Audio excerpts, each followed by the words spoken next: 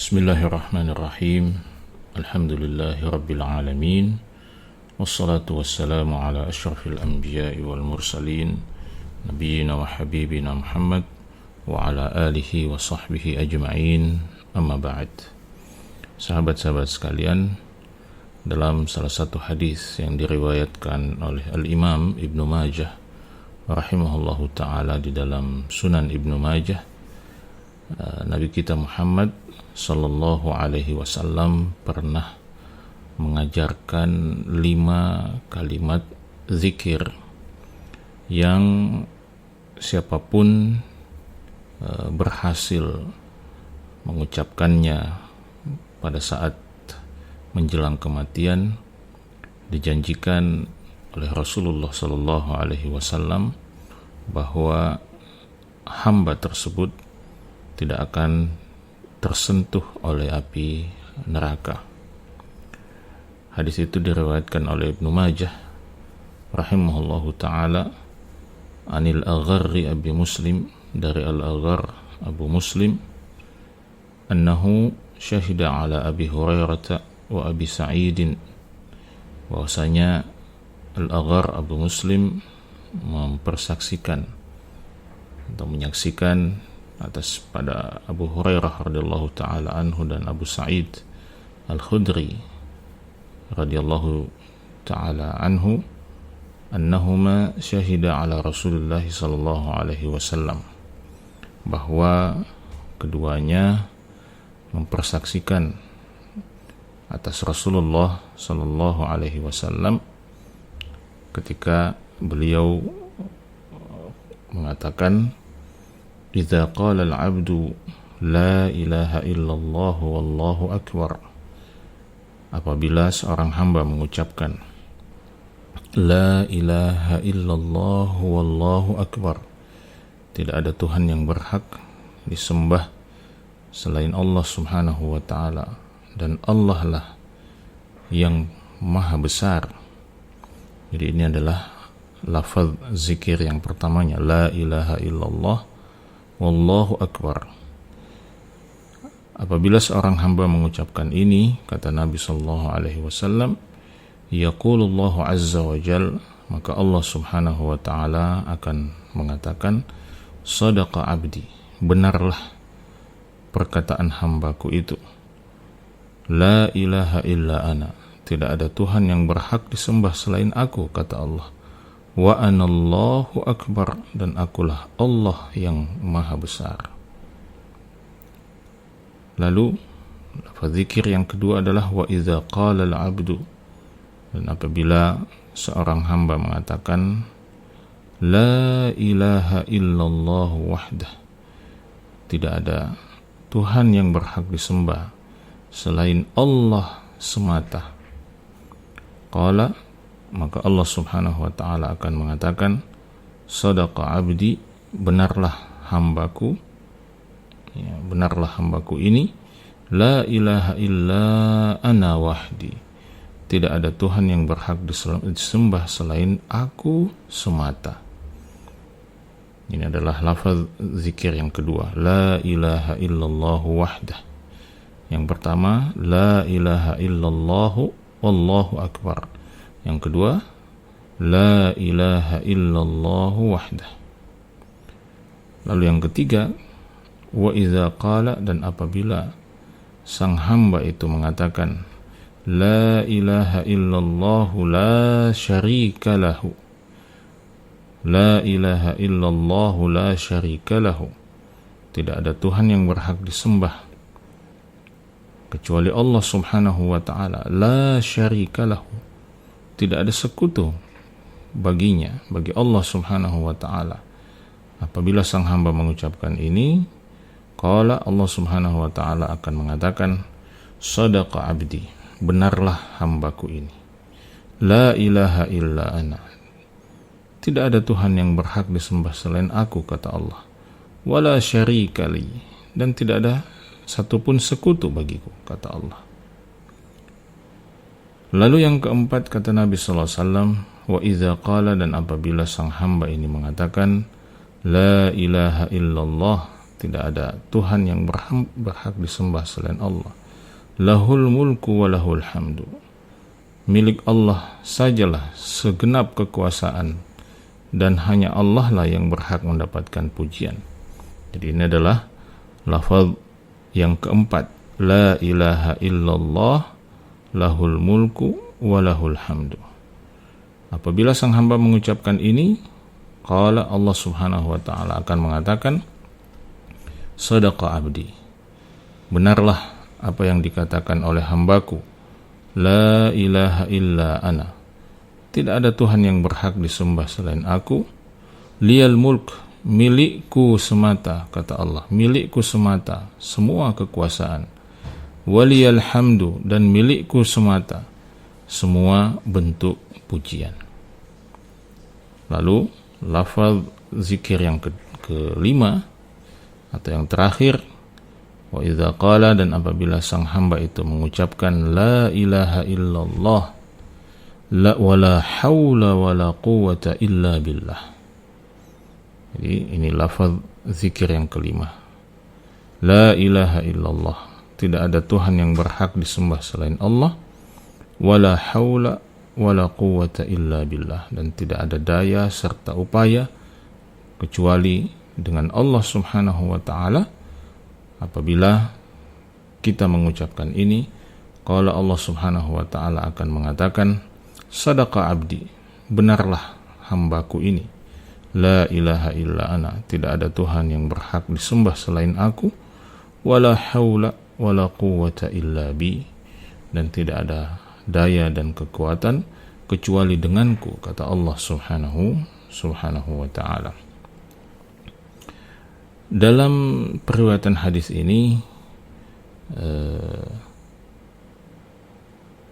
Abu Ishaq, salah seorang perawi hadis ini, mengatakan, thumma qala al-Agharr syai'an lam afhamhu. Kemudian al-Agharr, Abu Muslim, mengucapkan sesuatu yang tidak aku fahami. Lalu kemudian faqultu li Abi Ja'far, maka aku pun bertanya kepada Abu Ja'far, ma qala, apa yang dia katakan? Faqala, maka Abu Ja'far mengatakan, man ruziqahunna inda mautihi lam tamassahun nar. Bahwasanya yang diucapkan oleh Al-Agharr Abu Muslim tadi adalah bahwasanya Rasulullah sallallahu alaihi wasallam mengatakan, man ruziqahunna inda mautihi, barang siapa yang dikaruniai oleh Allah Subhanahu wa taala kesempatan untuk mengucapkan, melafalkan 5 kalimat zikir ini, 5 bentuk tahlil ini, lam tamassahun nar, maka dia tidak akan disentuh oleh api neraka. Apa tadi yang pertama, sahabat-sahabat sekalian? Yaitu la ilaha illallah wallahu akbar. Yang kedua, la ilaha illallah wahdah. Yang ketiga, la ilaha illallah la syarika lahu.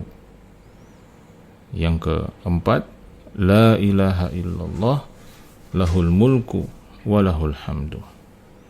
Lalu yang terakhir, la ilaha illallah wala haula wala quwwata illa billah. Siapa yang mengucapkan atau siapa yang dikaruniai oleh Allah Subhanahu wa taala kesempatan untuk mengucapkan kelima lafaz zikir ini, maka dijanjikan oleh Nabi sallallahu alaihi wasallam, ia tidak akan disentuh, dia tidak akan tersentuh oleh api neraka. Hadis ini juga diriwayatkan oleh Al-Imam At-Tirmidzi rahimahullahu ta'ala, dan beliau memberi judul bab yang memuat hadis ini dengan judul babu ma yaqulul abdu idza marida, bab tentang apa yang sepatutnya diucapkan oleh seorang hamba ketika dia sedang sakit. Jadi secara tidak langsung Al-Imam At-Tirmidzi rahimahullah memberikan satu petunjuk pada kita bahwa zikir atau kelima lafaz zikir ini juga sangat dianjurkan untuk kita perbanyak ketika Allah Subhanahu wa taala menakdirkan kita untuk mengalami sakit. Ya, dalam lafaz atau dalam redaksi yang diriwayatkan oleh At-Tirmidzi rahimahullah, beliau mengatakan kana yaqulu man qalaha fi maradhihi thumma mata lam tat'amhu an-nar. Ya, barang siapa yang mengucapkan kelima lafaz zikir ini pada saat ia mengalami sakit, kemudian ia meninggal dunia lantaran sakit itu tadi, maka lam tat'amhu an-nar, maka ia tidak akan disentuh oleh api neraka, ia tidak akan disentuh oleh api neraka. Karena itu Al-Imam Ibnu Qayyim Al-Jauziyah rahimahullahu ta'ala ketika menyebutkan sederet manfaat dan faidah memperbanyak zikir kepada Allah Subhanahu wa ta'ala, beliau juga menyinggung apa yang disebutkan oleh Nabi sallallahu alaihi wasallam di dalam hadis ini. Beliau mengatakan bahwa anna dzikra sababun li tasdiqir Rabbi azza wa jalla 'abdah. Bahwasanya zikir, ya, ketika seorang hamba banyak berzikir kepada Allah Subhanahu wa ta'ala, maka zikir itu menjadi sebab Allah Subhanahu wa ta'ala membenarkan hambanya. Allah Subhanahu wa ta'ala membenarkan apa yang diucapkan oleh hambanya. Ketika kita mengucapkan la ilaha illallah wahdah, ya, la ilaha illallah wahdah, atau la ilaha illallah huwallahu akbar, tidak ada Tuhan yang berhak disembah selain Allah dan Allah maha besar. La ilaha illallah wahdah, tidak ada Tuhan yang berhak disembah selain Allah saja semata. La ilaha illallah la syarikalah, tidak ada Tuhan yang berhak disembah selain Allah dan tidak ada sekutu baginya. La ilaha illallah lahul mulku wa lahul hamdu, tidak ada Tuhan yang berhak disembah selain Allah dan miliknya semata semua kekuasaan dan semua bentuk pujian. La ilaha illallah wa la hawla wa la quwwata illa billah, tidak ada Tuhan yang berhak disembah selain Allah dan tidak ada daya dan upaya kecuali dengan Allah. Ketika kita mengucapkan ini, ya, ketika kita mengucapkan kelima lafaz zikir ini, maka kata Ibnu Qayyim Al-Jauziyah rahimahullah, fa innahu akhbara 'anillahi ta'ala bi awsafi kamalihi wa nu'uti jalalihi. Ya. Ketika kita mengucapkan kelima lafaz zikir ini, maka kita sedang menyampaikan, kita sedang menyatakan, kita sedang mengungkapkan segala bentuk sifat kesempurnaan dan kemuliaan untuk Allah Subhanahu wa ta'ala. Semua yang disebutkan di dalam kelima lafaz zikir tadi adalah sebuah pernyataan dari lisan kita, dari hati kita, tentang kesempurnaan Allah Subhanahu wa ta'ala, tentang kemahasempurnaan, kemahamuliaan Allah Subhanahu wa ta'ala. Dan ketika seorang hamba menyatakan itu, kata Ibnu Qayyim Al-Jauziyah rahimahullah, saddaqahu rabbuhu, maka Tuhannya akan membenarkan apa yang dia ucapkan. Wa man saddaqahu Allah ta'ala lam yuhsyar ma'al kadzibin, kata Ibnu Qayyim. Dan siapa saja di antara hamba yang dibenarkan ucapannya oleh Allah, jadi bayangkan bahwa ucapan yang kita ucapkan itu dibenarkan oleh Allah Subhanahu wa ta'ala. Nah, siapa saja di antara hamba yang ucapannya dibenarkan oleh Allah Subhanahu wa ta'ala, maka dia tidak akan dibangkitkan bersama dengan para pendusta, dengan para pembohong. Dan ini adalah satu karunia yang luar biasa. Wa rujiya lahu ayyuhsyara ma'as sadiqin, dan diharapkan dengan itu dia kelak akan dibangkitkan bersama dengan orang-orang yang sadiq, ya, orang-orang yang jujur. Jadi ini penjelasan Ibnu Qayyim Al-Jauziyah rahimahullah terkait dengan hadis ini, bahwa ketika kita melafalkan 5 zikir ini, kita sedang menyatakan kemahasempurnaan, kita sedang menyebutkan sifat-sifat kemahasempurnaan, kemahamuliaan Allah Subhanahu wa taala yang kemudian dibenarkan oleh Allah, ya. Di dalam hadis tadi dikatakan sadaqa abdi. Allah akan mengatakan sadaqa abdi, benarlah hambaku ini. Jadi Allah membenarkan apa yang kita ucapkan, dan orang yang dibenarkan ucapannya oleh Allah Subhanahu wa taala, ya, sekali lagi kata Ibnu Qayyim, dia kelak tidak akan dibangkitkan bersama dengan para pendusta. Ibnu Qayyim al-Jauziyah rahimahullahu taala juga mengatakan pada kesempatan lain, dalam kesempatan yang lain, Ibnu Qayyim rahimahullah mengatakan bahwa salah satu bukti kecintaan Allah Subhanahu wa taala, ya, kepada seorang hamba adalah ketika Allah Subhanahu wa taala memuji hamba itu, ya, atas ucapan yang dia ucapkan, atas ucapan benar yang dia ucapkan, dan itu terjadi salah satunya ketika kita memuji Allah Subhanahu wa taala dengan sifat-sifat kemahasempurnaannya. Maka ini adalah satu catatan penting, sahabat-sahabat sekalian, menjelaskan kepada kita, ya, apa latar belakang atau mengapa kemudian salah satu manfaat dari lafaz-lafaz zikir yang 5 ini adalah kita tidak akan tersentuh api neraka dengan izin Allah Subhanahu wa taala apabila kita berkomitmen untuk mengucapkannya atau memperbanyaknya, terutama pada saat kita mengalami sakit dan kemudian sakit itu mengantarkan kita kepada kematian.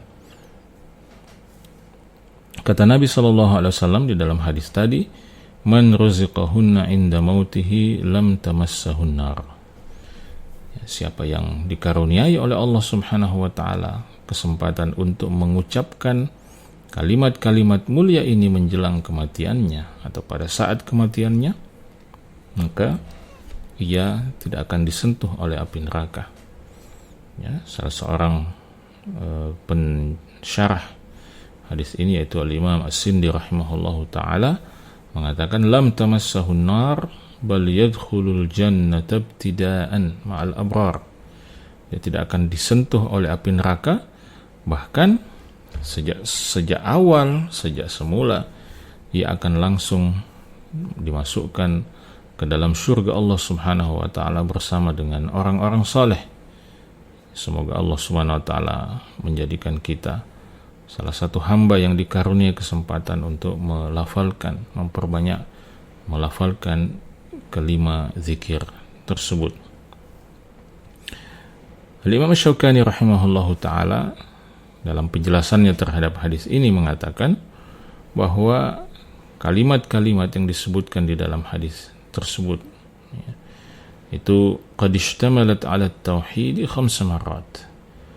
Ya, kelima kalimat tersebut secara gamblang, ya, menunjukkan pada kita kandungan tauhid sebanyak 5 kali, karena diawali dengan la ilaha illallah, la ilaha illallah, ya. Itu mengandung intisari daripada tauhid kepada Allah Subhanahu wa taala. Dan di banyak hadis-hadis yang sahih, kata Asy-Syaukani, ya, wa qad thabata fil ahadits sahihah, dan telah ditunjukkan di dalam banyak hadis-hadis yang sahih, anna man mata la yusyriku billahi syai'an dakhalal jannah, bahwa siapapun yang meninggal dunia dalam keadaan tidak menyekutukan Allah Subhanahu wa taala dengan apapun, maka dia akan masuk ke dalam surga. Nah, inilah pentingnya sahabat-sahabat sekalian, mengapa kita selalu mengulang kaji persoalan tauhid, mengapa kita selalu mendakwahkan, mengingatkan saudara-saudara kita untuk menjaga kemurnian tauhidnya, dan tidak menodai tauhid itu dengan kesyirikan, sekecil apapun bentuk kesyirikan itu. Kenapa? Karena kita semua ingin mati dalam keadaan bertauhid. Karena itulah satu-satunya kunci utama yang akan memudahkan kita untuk masuk ke dalam surga Allah Subhanahu wa ta'ala. Syekh Al-Utsaimin rahimahullahu ta'ala mengomentari hadis ini dengan mengatakan, "Fayambaghi lil insan ay yahfadha hadha dzikr." Maka sepatutnya setiap orang berusaha untuk menghafalkan zikir ini, dan ini insyaallah adalah zikir-zikir yang mudah untuk kita hafalkan. Wa ayyukthira minhu fi hali maradhihi. Dan kata Syekh Al-Utsaimin, hendaknya seseorang itu memperbanyak untuk mengucapkan zikir ini dalam kondisi sakitnya, hatta yuhtama lahu bil khair, agar kemudian kehidupannya dapat diakhiri dengan kebaikan. Kalau sakitnya menyebabkan ia meninggal dunia, maka kehidupannya di dunia ini diakhiri dengan kebaikan insyaallah ta'ala, dengan seizin Allah subhanahu wa ta'ala. Karena itu salah seorang ulama dari kawasan Maghribi, dari kawasan negara-negara Maghribi, yaitu Syekh Ahmad Abu Ubaidah Al-Maharzi Al-Marakishi rahimahullahu ta'ala menyebut kelima lafaz zikir ini dengan nama wirdul ihtidar, wirdul ihtidar, sebagaimana disebutkan oleh Syekh Abdul Razzaq Al-Badr hafizahullahu ta'ala, bahwa Syekh Ahmad Abu Ubaidah Al-Mahrazi Al-Marakishi menyebut zikir, kelima lafaz zikir ini tadi dengan nama wirdul ihtidar. Apa artinya wirdul ihtidar? Wirid yang diucapkan pada saat kita menghadapi sakaratul maut, atau pada saat kita menghadapi detik-detik akhir hayat kita di dunia. Syekh Ahmad Al-Marakishi mengatakan, la taghfal an wirdil ihtidar, jangan sampai engkau lalai untuk mengucapkan wirid ihtidar ini, wirid sakarat ini. Waj'alhu da'iman fil i'tibar, dan jadikanlah wirid ini selalu dalam ingatanmu, selalu dalam ingatanmu. Dan beliau mengatakan wirid ihtidar ini berbeda dengan apa yang disebutkan oleh Nabi SAW di dalam hadisnya, man kana akhiru kalamihi la ilaha illallah dakhalal jannah. Siapa yang akhir ucapannya adalah la ilaha illallah, dia akan masuk ke dalam surga. Jadi Syekh Ahmad Al-Marakishi mengatakan ada perbedaan antara kelima lafaz wirid ini dengan apa yang disebutkan oleh Nabi SAW di dalam hadis yang kita semua sering dengarkan, bahwa siapa yang mengucapkan la ilaha illallah di akhir ucapannya maka dia akan masuk surga. Ini ada perbedaannya. Apa perbedaannya? Perbedaannya, kata beliau, ketika seorang hamba mengucapkan la ilaha illallah di akhir hayatnya, maka dia insya Allah akan masuk ke dalam surga. Tetapi boleh jadi dia masuk ke dalam surga, tetapi sebelum masuk ke dalam surga, ia terlebih dahulu akan dimasukkan ke dalam neraka untuk menerima hukuman atas dosa-dosa yang dia lakukan. Dia pada akhirnya dia akan masuk surga, tetapi boleh jadi sebelum itu dia harus melewati dulu azab, hukuman dari Allah subhanahu wa ta'ala. Jadi ini sahabat-sahabat sekalian, bahwa mengucapkan la ilaha illallah di akhir hayat kita insya Allah akan memberikan jaminan surga kepada kita, tetapi belum memberikan jaminan bahwa sebelum masuk ke dalam surga itu apakah kita akan singgah dulu ke neraka waliyadzubillah atau tentu tidak. Tetapi ketika kita bisa melazimi mengucapkan kelima zikir ini tadi, atau yang diistilahkan sebagai wirid ihtidar, ya wirid menjelang kematian ini tadi, maka di dalam hadis tadi Nabi SAW mengatakan lam tamassahun nar, dia tidak akan disentuh oleh api neraka, yang artinya bahwa seorang hamba yang mengucapkan kelima, memperbanyak mengucapkan kelima lafaz wirid ini, lafaz zikir ini, maka dia insya Allah akan dimasukkan ke dalam surga tanpa harus melewati proses azab atau proses hukuman, proses siksaan Allah Subhanahu wa ta'ala di dalam neraka. Karena itu dikatakan oleh Syekh Ahmad Abu Ubaidah Al-Marakishi, hadhil khamsatu indal mauti a'zamu rizqin wa ajallu rizqin. Hadhil khamsah, kelima lafaz zikir ini, kelima lafaz wirid ini, indal mauti, menjelang kematian kita, itu adalah a'zamu rizqin, seagung-agungnya, sebesar-besarnya rezeki dari Allah Subhanahu wa ta'ala, wa ajallu rizqin, dan semulia-mulianya rezeki dari Allah Subhanahu wa ta'ala. Sahabat-sahabat sekalian, bekerjalah mengejar impian-impian dunia kita, bekerjalah mengejar obsesi-obsesi dunia kita. Tetapi ingat sahabat-sahabat sekalian, sebesar-besar rezeki, sebesar-besar karunia yang Allah Subhanahu wa ta'ala kelak akan berikan kepada kita adalah ketika Allah Subhanahu wa ta'ala memberikan kita kesempatan, kekuatan untuk memperbanyak mengucapkan kelima wirid ini. La ilaha illallah wallahu akbar, la ilaha illallah wahdah, la ilaha illallah la syarikalah, la ilaha illallah lahul mulku wa lahul hamdu, la ilaha illallah wa la hawla wa la quwwata illa billah. Hafalkanlah kelima wirid ini sahabat-sahabat sekalian. Hafalkan, biasakan lisan kita untuk mengucapkannya dari sekarang.